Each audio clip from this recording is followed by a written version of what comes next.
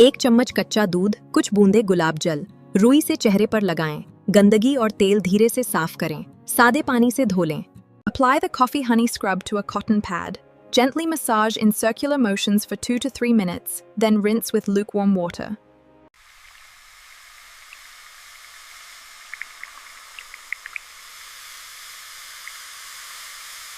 Now for the face pack.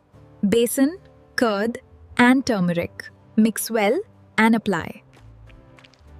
Use aloe vera gel or a few drops of almond oil. Massage upward for 5 to 10 minutes. This improves blood circulation and gives a natural glow.